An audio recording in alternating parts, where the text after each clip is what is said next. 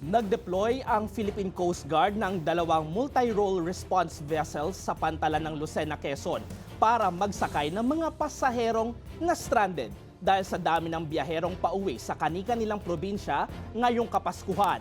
Sa kuhang video, makikitang dagsa ang mga pasahero sa pantalan, bit-bit ang kani-kanilang mga bagahe kung saan karamihan ay matyagang naghihintay ng masasakyang barko ngayong bisperas ng Pasko. Nauna nang ginamit ng Coast Guard ang BRP Suluan para maisakay ang nasa 75 pasahero na hindi nakakuha ng commercial trip patungong San Agustin, Romblon. Naka-standby naman ang BRP Bagakay para sa iba pang pasahero na posibleng ma-stranded.